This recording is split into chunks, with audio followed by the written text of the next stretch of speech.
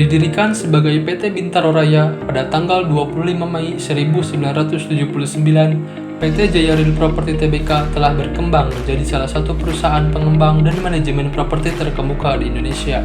Dengan fokus utama di Jakarta Selatan dan Tangerang, portofolio disertifikasi perusahaan meliputi pengembangan hunian tapak, kondominium, super blok mixed use, pusat perbelanjaan, hotel dan rumah sakit, serta jalan tol dan distribusi air bersih.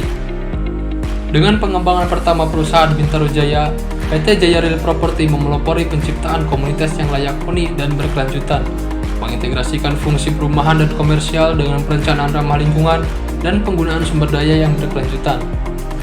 PT Jaya Real Property Tbk terdaftar di Bursa Efek Indonesia dan merupakan bagian dari Grup Pembangunan Jaya pada tanggal 29 Juni 1994 dengan direktur utamanya adalah Trisna Mulyadi dan komisaris utamanya adalah Chandra Ciputra.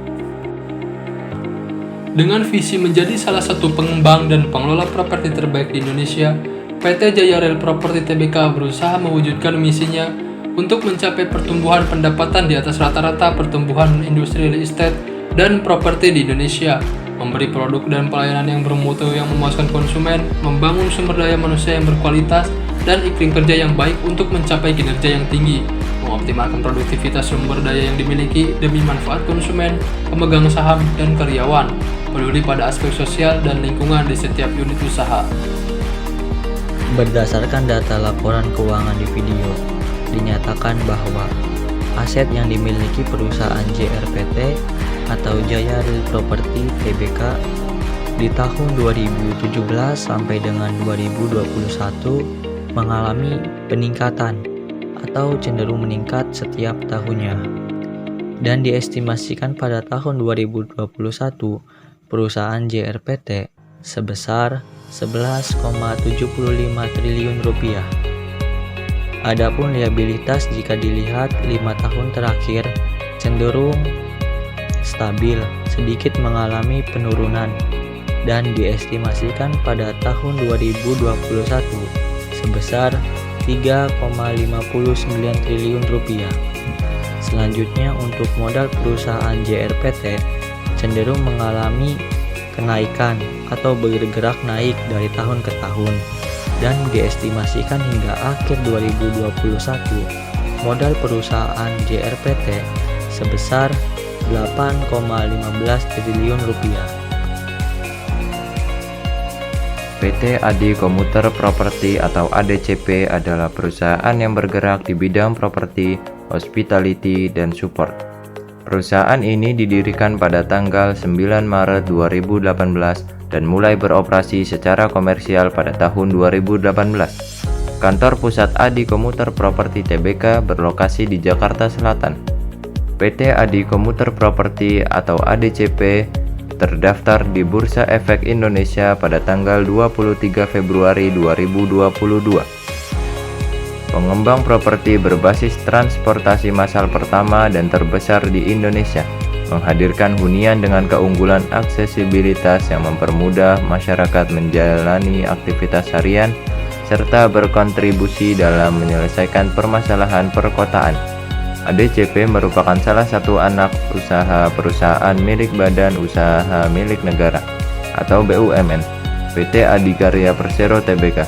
Dimulai dari Divisi Transit Oriented Development atau TOD Adikarya di tahun 2015 dan berkembang menjadi entitas terpisah pada tahun 2018. PT Adi Komuter Property didirikan dengan tujuan untuk memenuhi kebutuhan dalam menyediakan kawasan hunian terintegrasi dan support facilities di area sekitar jalur Light Rail Transit atau LRT. Kawasan LRT City akan menjadi solusi bagi masyarakat yang tidak hanya memberikan kenyamanan bertempat tinggal, namun lebih dari itu, kawasan ini akan menjadi peradaban baru dalam kehidupan masyarakat kaum urban. Dengan direktur utamanya ialah Rizkan Firman dan komisaris utamanya adalah Kunjung Satya Brata. Visi perusahaan ini adalah menjadi pengembang kawasan terpercaya berbasis transportasi dan pelayanan untuk peningkatan kualitas kehidupan. serta mempunyai misi yaitu 1. Membangun insan yang berintegrasi, saling bekerja sama dan berjiwa entrepreneur. 2. Menciptakan value secara profesional, tata kelola yang baik melalui sistem manajemen K3, pemanfaatan IT dan peduli lingkungan. 3. Menyediakan hunian dan jasa layanan yang berkualitas. 4. Sebagai engine of growth, PT Adikarya Persero Tbk menjalankan bisnis properti yang adaptif. Berdasarkan data laporan keuangan tersebut, dinyatakan bahwa aset yang dimiliki perusahaan ADCP atau Adi Komuter Properti Tbk di tahun 2018 sampai dengan 2021 mengalami peningkatan atau cenderung meningkat setiap tahunnya, dan diestimasikan pada tahun 2021 perusahaan ADCP sebesar 5,98 triliun rupiah. Adapun liabilitas selama 4 tahun terakhir cenderung mengalami kenaikan dan diestimasikan pada tahun 2021 sebesar 3,88 triliun rupiah. Selanjutnya, untuk modal perusahaan ADCP cenderung mengalami fluktuatif atau bergerak mengalami kenaikan dan diestimasikan hingga akhir 2021 modal perusahaan ADCP sebesar 2,10 triliun rupiah. PT Ciputra Development Tbk atau dikenal dengan nama Ciputra Group adalah salah satu perusahaan properti Indonesia yang terkemuka. Didirikan pada tahun 1981, pengembangan properti perumahan skala besar dan komersial adalah keahlian bisnis dan inti dari perusahaan. PT Ciputra Development Tbk didirikan pada 22 Oktober 1981 oleh Dr. Insinyur Ciputra dengan nama PT Citra Habitat Indonesia. PT Ciputra Development Tbk kini telah menjadi salah satu perusahaan properti terkemuka dan paling terdiversifikasi di Indonesia. Hingga saat ini, perseroan telah mengembangkan lebih dari 76 proyek, mulai dari kawasan perumahan, apartemen, perkantoran, pusat perbelanjaan, rumah sakit, hingga lapangan golf yang terbesar di 33 kota di seluruh Indonesia. Dengan portofolio dan kepemilikan lahan yang luas, perseroan telah berhasil meraih kepercayaan masyarakat luas selama lebih dari 3 dekade dan menjadi perusahaan properti yang terkemuka di Indonesia. Pada tanggal 18 Februari 1994, PT Ciputra Development Tbk memperoleh pernyataan efektif dari Bapepam dan lembaga keuangan untuk melakukan penawaran umum perdana saham CTRA kepada masyarakat sebanyak 50 juta dengan nilai nominal Rp1.000 per saham dengan harga penawaran Rp5.200 per saham. Saham-saham tersebut dicatat pada Bursa Efek Indonesia pada tanggal 28 Maret 1994.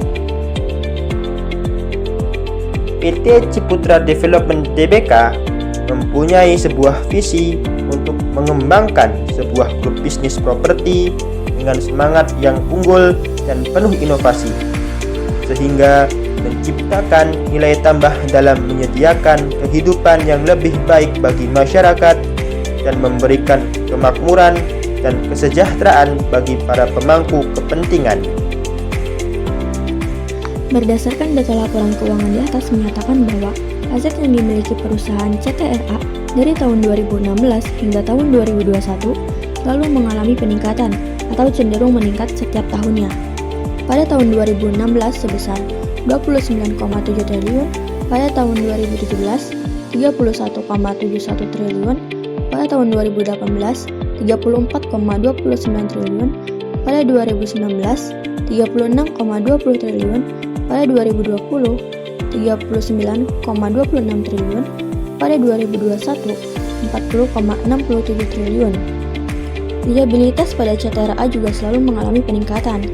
Pada tahun 2016, 14,77 triliun, pada tahun 2017, 16,24 triliun, pada tahun 2018, 17,64 triliun, pada 2019, 18,43 triliun, pada 2020, 21,80 triliun, pada 2021, 21,27 triliun. Untuk modal juga cenderung mengalami peningkatan.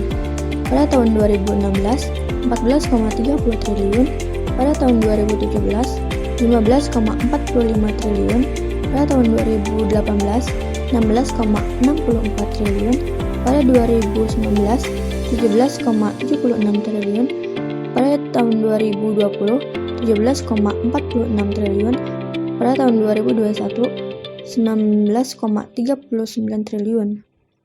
Analisis perusahaan JRPT dan analisis perusahaan pesaing. Yang pertama yaitu dari segi dividen yield yang dibagikan. Perusahaan JRPT mempunyai dividen yield atau membagikan dividen yield sebesar 4,49%, di mana penjumlahannya adalah hasil dari penjumlahan 22 dibagi 490 dikali 100%. Kemudian perusahaan ADCP sebesar 1,55% dan CRTA di angka 0,88%. Selanjutnya adalah dari segi debit to equity ratio atau yang biasa disingkat DER. Perusahaan JRPT mempunyai DER yang berada di angka 0,50%, di mana hasil ini adalah hasil dari penjumlahan kewajiban jangka pendek ditambah dengan kewajiban jangka panjang dibagi ekuitas yang diatribusikan kepada pemilik entitas induk. Kemudian ada CP sebesar 1,85% dan CRTA berada di angka 1,81%. Kemudian yang ketiga adalah Return of Equality atau yang biasa disingkat sebagai ROE, di mana perusahaan JRPT mempunyai ROE yang berada di angka 0,096%, ADCP berada di angka 0,062% dan CTRA yang berada di angka 0,078%. Kemudian untuk laporan laba per saham dalam 10 tahun terakhir dapat dilihat dari data yang sudah kami analisis tersebut. Perbandingan selanjutnya yaitu dari segi CAGR, di mana perusahaan JRPT mempunyai CAGR yang berada di angka 7,02%. Kemudian perusahaan ADCP berada di angka 26,5% dan CTRA yang berada di angka 15,09%. Di mana rumus untuk mencari CAGR adalah tahun akhir dibagi tahun awal pangkat 1 per tahun akhir total tahun dikurangi 1, kemudian totalnya dikurangi 1. Selanjutnya kuartal, yaitu seperti data yang kami bagikan sebagai berikut. Selanjutnya adalah intrinsic value, di mana kami mengambil yield korporasi pemerintah dengan tenor 4 tahun yang berada di angka 6,6%. Kemudian yield obligasi corporation di angka 26,5%. Dengan hasil demikian, EV atau intrinsic value dari perusahaan JRPT yang berada di angka 205,72, kemudian ADCP yang berada di angka 49,31 dan CTRA yang berada di angka 592,85. Kemudian ada intrinsic value 1 atau yang biasa disingkat dengan EV1, di mana rumusnya adalah EV sama dengan akar 22,5 dikali BVPS dikali EPS. Kemudian hasil dari penjumlahan tersebut, di mana perusahaan JRPT mempunyai intrinsic value di angka 878,98. Kemudian ADCP berada di angka 147,885. Kemudian perusahaan CTRA yang berada di angka 1438,08. Dan yang terakhir adalah perbandingan dari MOS atau Margin of Safety. Yang pertama adalah perusahaan JRPT, di mana perusahaan JRPT mempunyai margin of safety di angka 44,25%. kemudian perusahaan ADCP yang berada di angka 43,2% dan perusahaan CTRA yang berada di angka 36,07%.